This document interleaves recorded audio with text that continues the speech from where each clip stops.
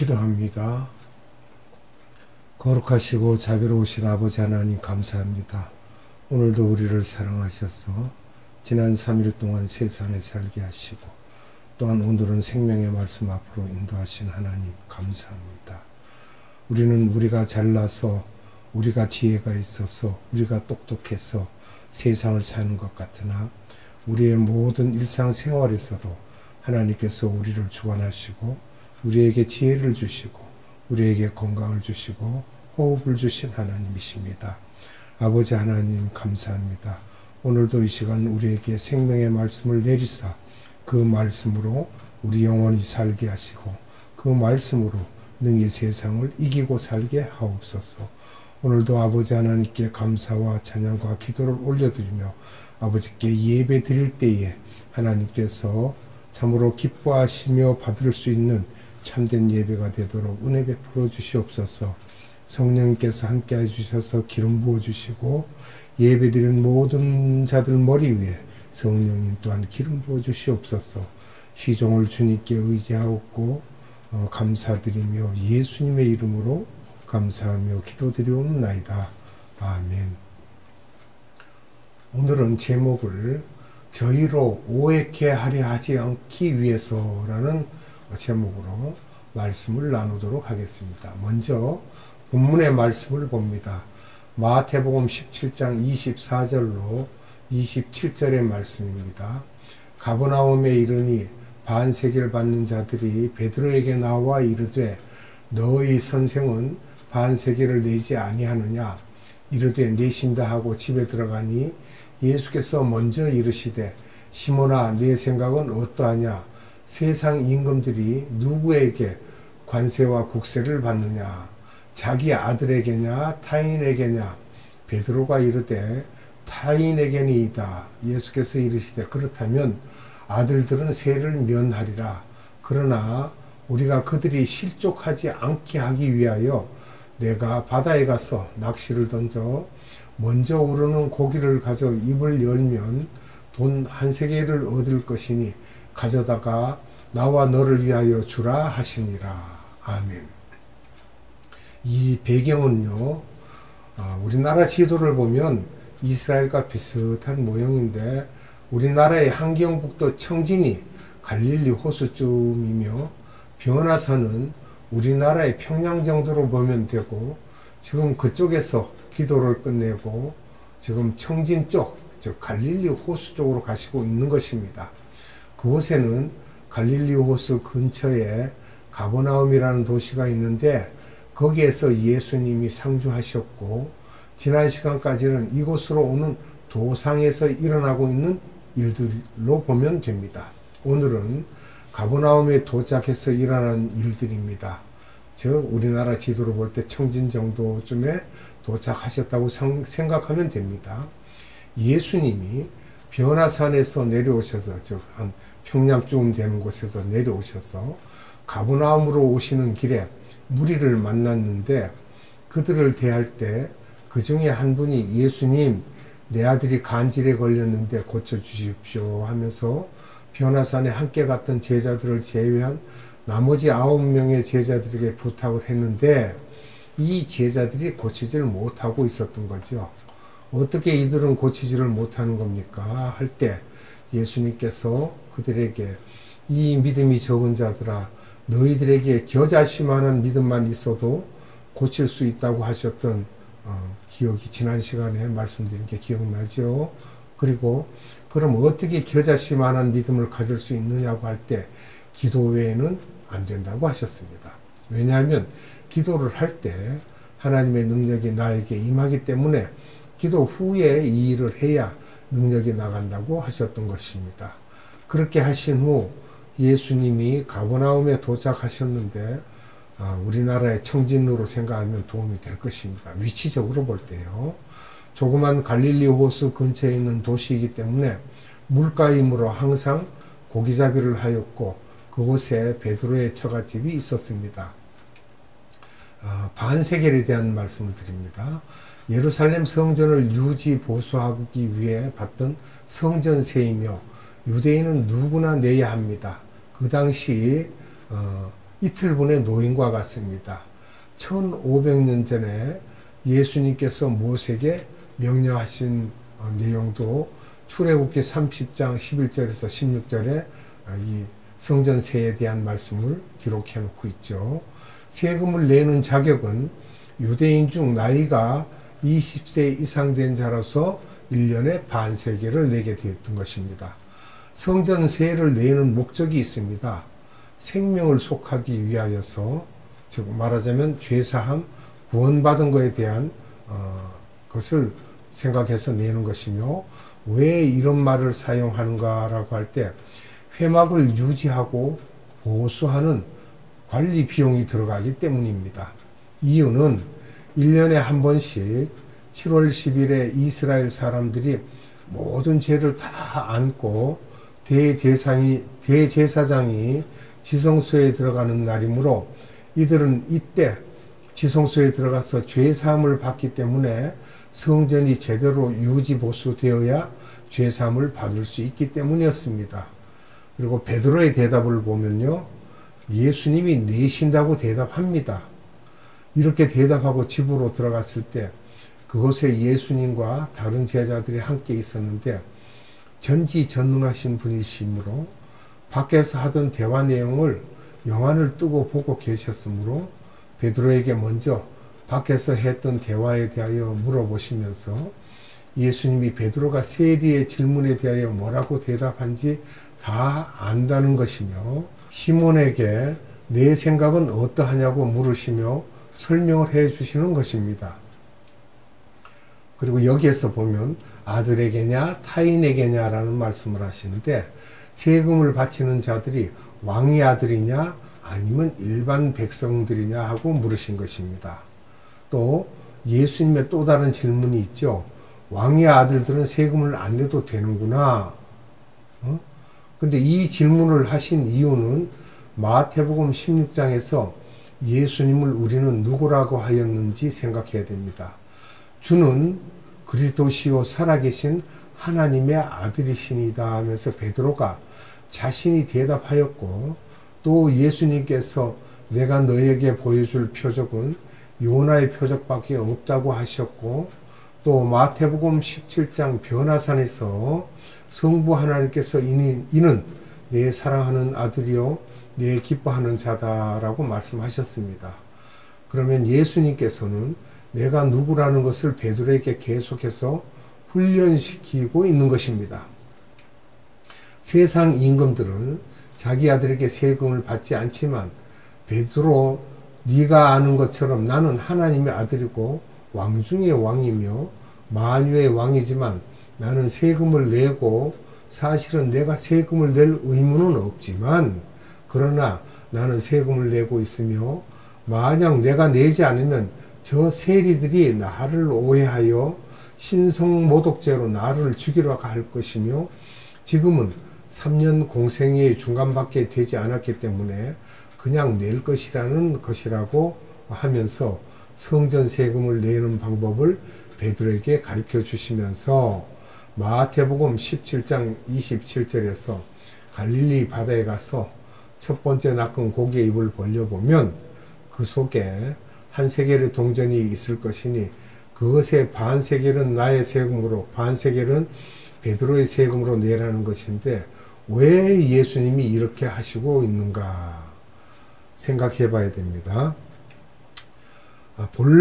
예수님은 본래 성전의 주인이시며 성전 자체가 예수님이십니다.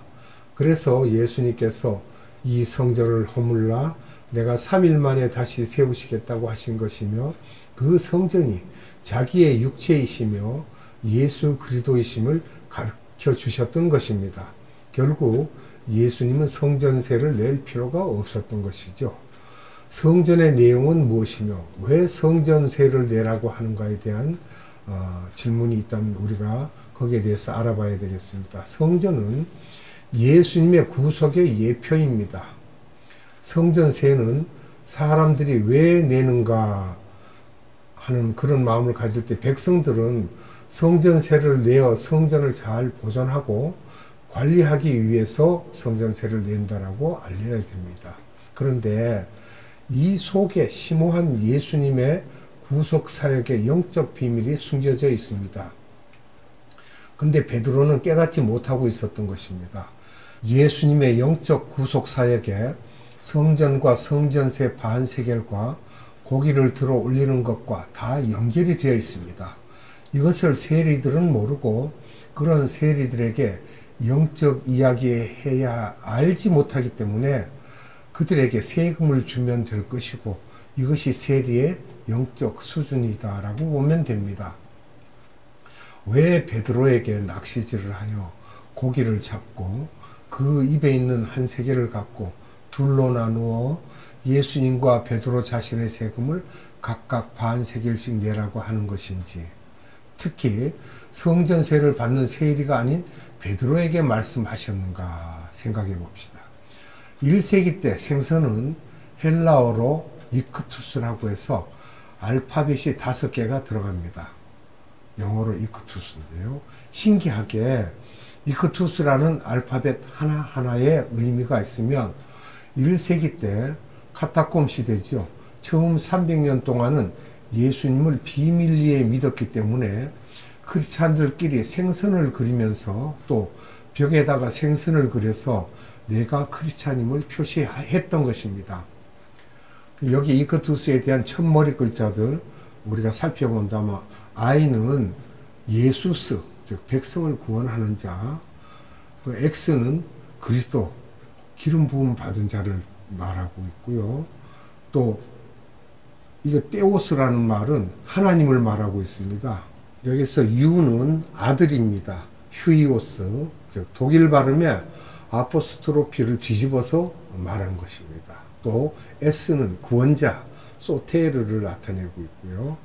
예수님이 베드로에게 생선을 들어 올려라 했을 때 그 생선 속에 한 세겔이 들어 있었던 것은 결국 사람들이 반 세겔을 알고 보니 생선에게 냈던 것이며, 그 생선이 누굽니까? 예수님이죠. 내가 성전세의 주인이라는 것입니다. 성경 전체가 예수님께로 시작해서 예수님으로 끝나야 하지 다른 잡다한 이야기를 하면 안 되므로 구약을 서치라이트를 비추고 보물을 찾듯이 보면 다 나에 관한 이야기다라고 요한복음 5장 8절에 말씀을 하시죠. 그래서 나의 설교의 결론은 다 예수님이신 것이다라는 것입니다.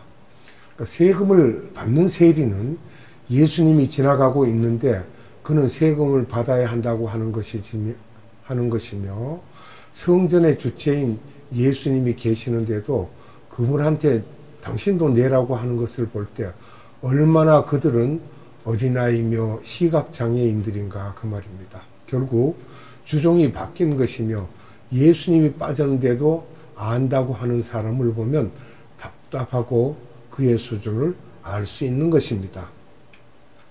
예수님이 세금을 내라고 하시는 것은 우리들에게 가르쳐 주시는 것입니다. 모르는 사람 앞에서 안다고 하지 말고 기다리라는 것입니다. 나도 그렇게 하지 않느냐. 그런 사람들이 성령 충만하고 지혜로운 사람인 것입니다. 예수님의 눈높이 교육을 보면요, 우리 예수님은 모르고 있는 사람들에게 배려해 주시면서 저희로 오해치 않게 하기 위하여 믿음이 없고 내가 누구인지 모르는 사람들, 자기가 할 일을 최선을 다해 하는 자들, 성전세의 진짜 의미를 알지 못하는 자들, 그들의 수준 속에 내려가셔서 오래 참으시고 긍휼히 여기시는 것입니다. 이런 말씀을 상고하면서 우리들은 주님의 이런 모습을 닮으면 얼마나 좋을까 하는 생각을 하고, 우리가 예수님을 닮아간다고 하는 것은 예수님의 이런 라이프 스타일을 따라가는 것입니다. 내가 조금 하이 레벨에 있을 때 밑에 있는 보지 못하고 어리석은 자들을 꾸중하고 정죄하고 질타하는 것이 아니라 그냥 이해해주고 나도 옛날에 저랬다는 것으로 나를 들여다볼 줄 알고 내 마음에 차지 않지만 참으면서 기다려주고 기도해주면서 긍휼히 여기며 때가 되면 깨닫겠지 하는 그것을 예수님이 우리에게 원하시는 것이며, 이런 사람들이 여기에 다 모여 있다면 여기가 천국이며 우리 모두가 그런 생각만 갖고 있으면 얼마나 좋겠습니까? 그런데 베드로의 그 주님을 닮아가는 모습을 봅니다. 주님은 베드로에게 똑같이 이런 마음을 가지셨습니다. 그가 얼마나 성격이 급한 사람인가 보면은요, AD 26년에 예수님을 처음 만났고 AD 30년에 오순절 성령 세례받고 조금씩 변해가는데 주님이 언제까지 기다리셨는가 하면 이분이 베드로 전서를 기록한 때가 AD 64년이므로 약 34년을 주님이 기다리면서 조금씩 변하는 모습을 보면서 가르쳐 주셨던 것입니다. AD 68년에 순교를 당하셨는데 베드로 전서를 읽어보면 그분의 가슴을 볼 수 있습니다. 그분의 하트죠.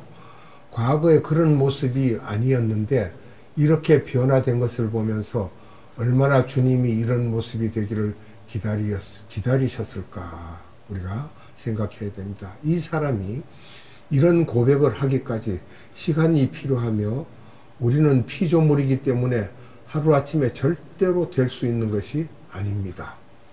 우리가 말씀을 한번 보겠습니다. 마태복음 17장 27절을 봅니다. 그러나 우리가 그들이 실족하지 않게 하기 위하여 내가 바다에 가서 낚시를 던져 먼저 오르는 고기를 가서 입을 열면 돈 한 세겔을 얻을 것이니 가져다가 나와 너를 위하여 주라 하시니라. 아멘. 이 말씀 속에 예수님의 깊은 가슴이 들어있습니다. 얘기해줘야 오해하기만 하니 그냥 그의 수준대로 기다리라는 것입니다. 우리가 성령 충만하다는 것은 이런 스타일로 나의 라이프 스타일이 바뀌는 것입니다. 참는다. 즉 오랫동안 괴롭힘을 당하고 어려움이 있어도 참는다. 내 마음에 차지 않는 것을 참으려니 얼마나 고통스럽겠습니까? 우리도 그렇죠? 내 마음에 들지 않는 것을 꼭꼭 누르고 참으려면 참 힘들고 고통스럽습니다. 또 자식을 대할 때 저리 하지 않았으면 하고 그를 바라보게 되면 속이 상합니다. 왜 상할까요? 사랑하기 때문에 그렇습니다. 우리 예수님도 우리를 보시면 그런 사랑을 갖고 계십니다. 또 자녀들도 부모가 이런 성품을 가지면 이런 성품을 따라서 닮게 됩니다. 그것이 복 중에 복이 되겠습니다. 기도합니다. 거룩하신 아버지 하나님 감사합니다. 우리 주님께서는 세상의 형편에 따라서 그들을 이해하시고 보시고 그들이 오히려 오해하지 않게 하기 위해서 그들이 실족되지 않게 하기 위해서 예수님께서는 갖가지의 사랑을 다 베푸셨습니다. 그들을 이해시키기 위해서 그들이 순종하고 따라오는 날까지 그들을 참고 기다리시는 주님의 모습을 우리가 볼 수 있습니다. 아버지 하나님 오늘도 생명의 말씀을 주셔서 우리로 오해하지 않게 하기 위해서 주님께서 베푸신 그 사랑을 또한 다시 확인하였습니다.